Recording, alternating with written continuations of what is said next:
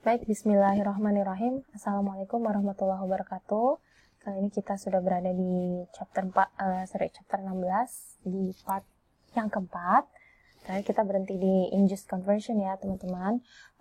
Jadi ini adalah sweetener untuk agar si bondholders atau debt holdersnya itu mau mengkonvert menjadi saham. Jadi dia akan menambah sweetenernya ini berupa additional 80,000 dollar di sini. Gimana jurnalnya? Langsung aja kita lihat.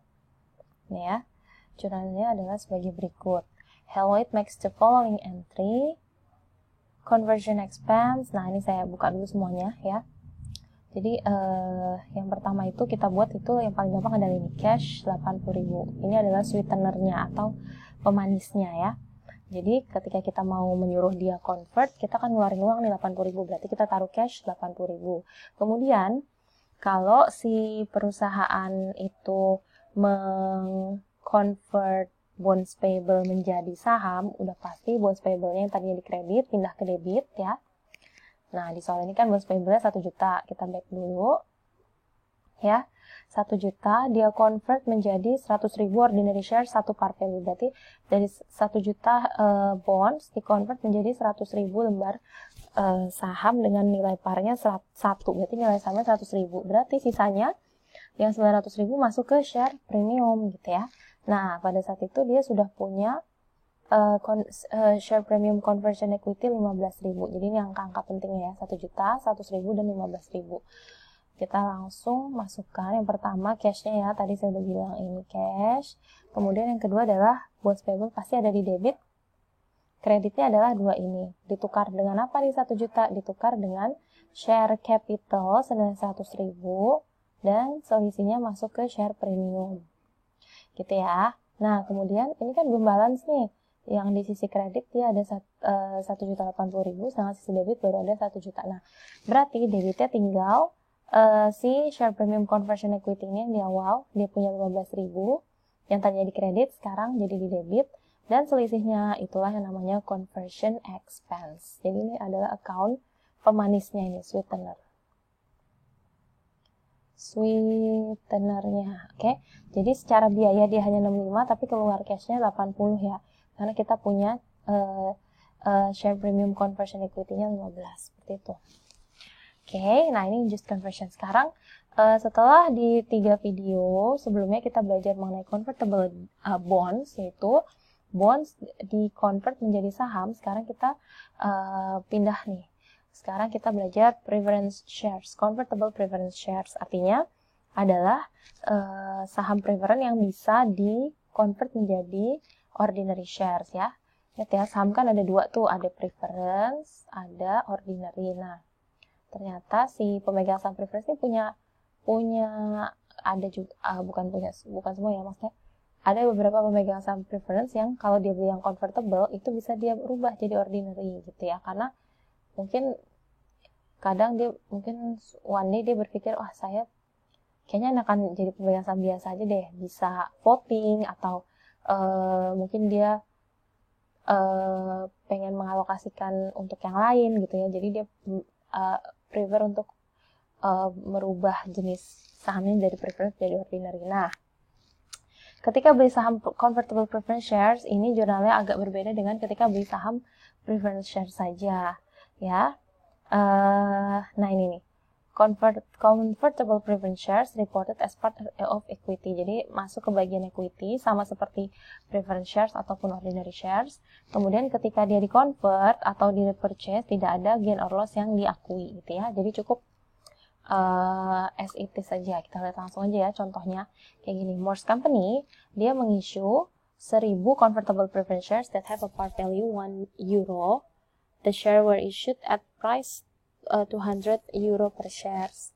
Jadi si Morse ini menjual saham preference tapi yang convertible-nya yang bisa di-convert itu 1.000 lembar. Harganya parnya 1 dan marketnya adalah 200. Jadi jurnalnya adalah cashnya pasti 200 kali 1.000 ya, 200.000. Kemudian di kreditnya adalah share capital preference, kita pakai yang par. Selisihnya adalah biasanya kan kita share premium preference nih. Nah, kalau di sini karena dia bentuknya convertible maka namanya share premium conversion equity ya. Jadi jurnalnya sama dengan kita jual saham kayak biasa, cuma bedanya adalah karena dia jenisnya convertible, maka selisihnya itu bukan share premium preference, tapi share premium conversion equity, sama kayak kita jual bonds ya, convertible bonds.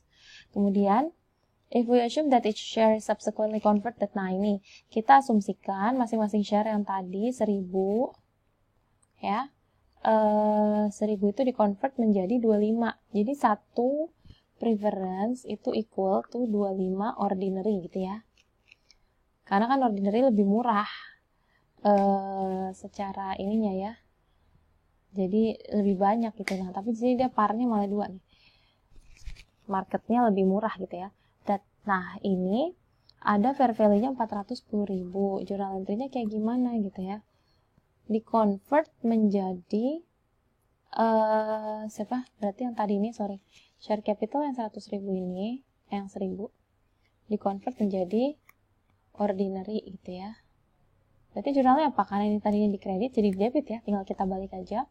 Share capital preference yang tadi di kredit kita balikin ke debit, kemudian share premiumnya juga, lalu kita balik dengan share capital ordinary. Nah, dapat angka 50.000 dari mana? Karena yang 1000 lembar tadi di-convert menjadi 25, masing-masing jadi 25, jadi 25.000, bener nggak?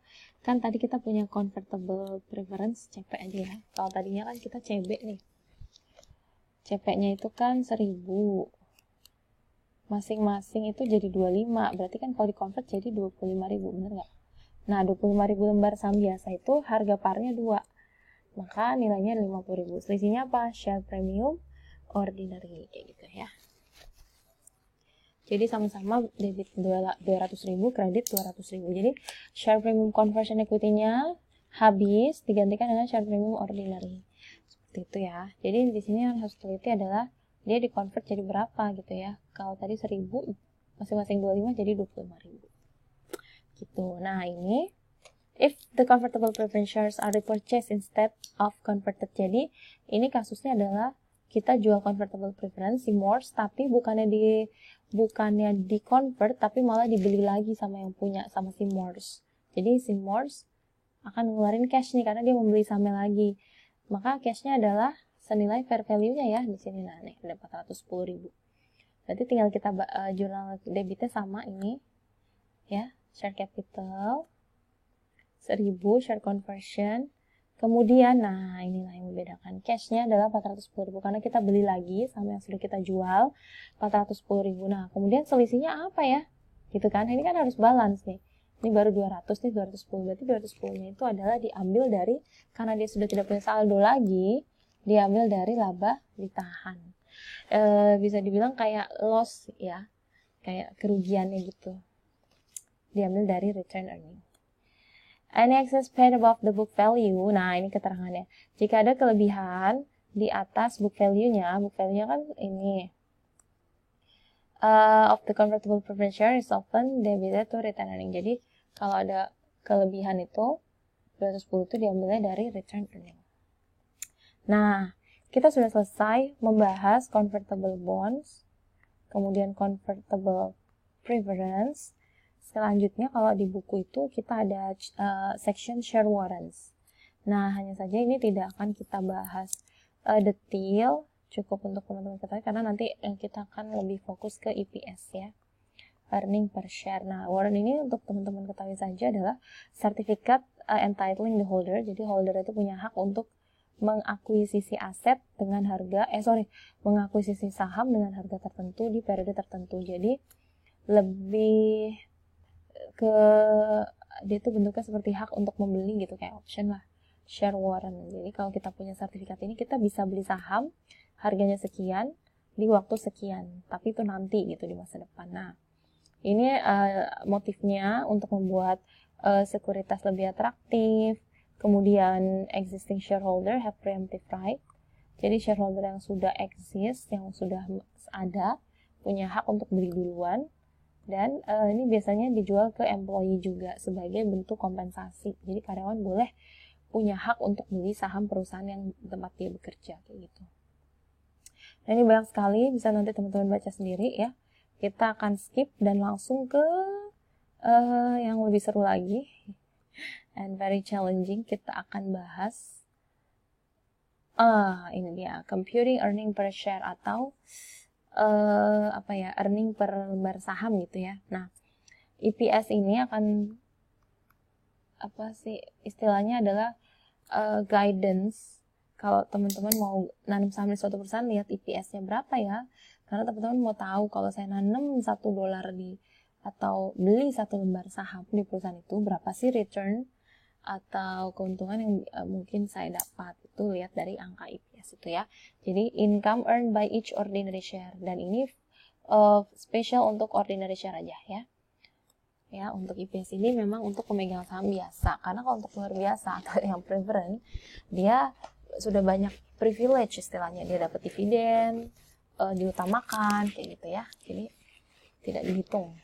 Nah, when the income statement contain discontinued operation, company are required to report earning per share from, nah gini. Jadi dulu teman-teman pernah belajar ada income from discontinued operation ya, dari operasi yang dihentikan. Misalnya ada perusahaan dia punya cabang di Surabaya, nah cabangnya itu ditutup, nah itu masuknya ke discontinued operation. Nanti dia jadi bisa loss, bisa gain, tergantung ya. Nah di sini kebetulan dia loss. Nah kalau kita mau ngitung EPS, maka kita harus pakai yang ini, bukan pakai yang ini. Pakai yang nomor 1, bukan yang nomor 2. Kenapa? Karena yang nomor 2 ini sudah dipotong oleh discontinue. Sedangkan ini kita harus hitung dari yang continue ya. EPS itu adalah earning dari kegiatan yang masih berlanjut, bukan yang sudah di stop kayak gitu. Nah, ini dia EPS itu ada 2 ya sebenarnya. Ada yang simple dan ada yang kompleks. Kalau yang simple, dia benar-benar tidak ada potentially dilutive securities. Tapi kalau yang kompleks, dia sudah ada dilutive securities. Nah, apa yang bisa menyebabkan dilutive? Dilutive itu apa sih? Itu dulu ya. Dilutive itu adalah sesuatu yang bisa menyebabkan EPS-nya tuh turun gitu. EPS turun. Nah, itu terdilusi gitu. Apakah itu gitu ya? EPS misalnya yang tadinya 2, bisa aja nanti turun jadi 1,5. Kenapa? Ternyata perusahaan punya CB dan CP dan warrant. Nah, ini nih. Warrant dan option gitu ya. Inilah faktor-faktor yang mempengaruhi kenapa EPS bisa terdilusi. Kita lihat ya. Sekarang kita lihat dulu rumus dasar dari EPS atau kita sebutnya basic EPS atau simple structure ini. Basic EPS itu rumusnya adalah ini yang di box biru. Net income dikurang preference dividend dibagi weighted average number of shares outstanding. Jadi basicnya adalah earning atau income dibagi jumlah saham beredar gitu kan. Namanya juga earning per share nama rasionya. Nah, earningnya itu harus kita bersihkan dulu yang pertama.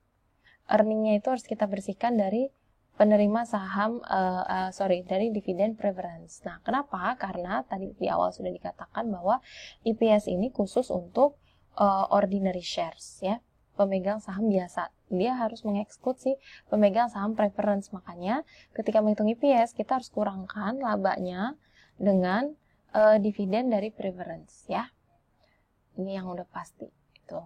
Nah, kemudian dibagi dengan weighted average number of shares outstanding. Intinya sebenarnya yang bawah ini jumlah saham beredar gitu ya. Saham beredar ada berapa? 2 juta, oke dibagi 2 juta gitu. Tapi teman-teman harus pakai yang weighted average, artinya sudah dibobotkan. Karena kenapa? Karena jumlah saham itu dalam setahun itu fluktuatif ya. Tidak dari misalnya Januari tanggal 1 itu 2 juta sampai Desember 31 tetap 2 juta tuh enggak. Dia akan naik turun. Misalnya di Maret dia jual saham, issue lagi, berarti sama akan nambah gitu ya. Misalnya gini. Ini Januari, ini Februari, Maret, ya sampai Desember. Di awal dia ini 1 juta atau 1.000 lah. Nanti di Februari sahamnya itu yang beredar dia beli jadi tinggal 500. Kemudian di Maret naik lagi. Kemudian sampai Desember gitu naik tuh. Nah ini jumlah saham ini kan tidak dilihat di akhirnya aja. Misalnya akhirnya ternyata jadi 2.000 gitu ya. Awalnya 1.000, akhirnya jadi 2.000. Tidak kita pakai yang ini. Tapi kita pakai bobotin ini. Januari Februari ada 1.000 yang beredar. Dari Februari ke Maret ada 1.000 lagi. Kita bobotkan itu per berapa lama dia beredarnya kayak gitu. Itu namanya weighted average number of shares outstanding. Nanti akan sangat seru nih cara ngitungnya. Oke. Jadi kayak gitu. Kita pakai yang dibobot ya. Nah ini sekarang kita akan belajar bagaimana menghitung weighted average number of shares atau saham beredar. Oke. Di video selanjutnya ya.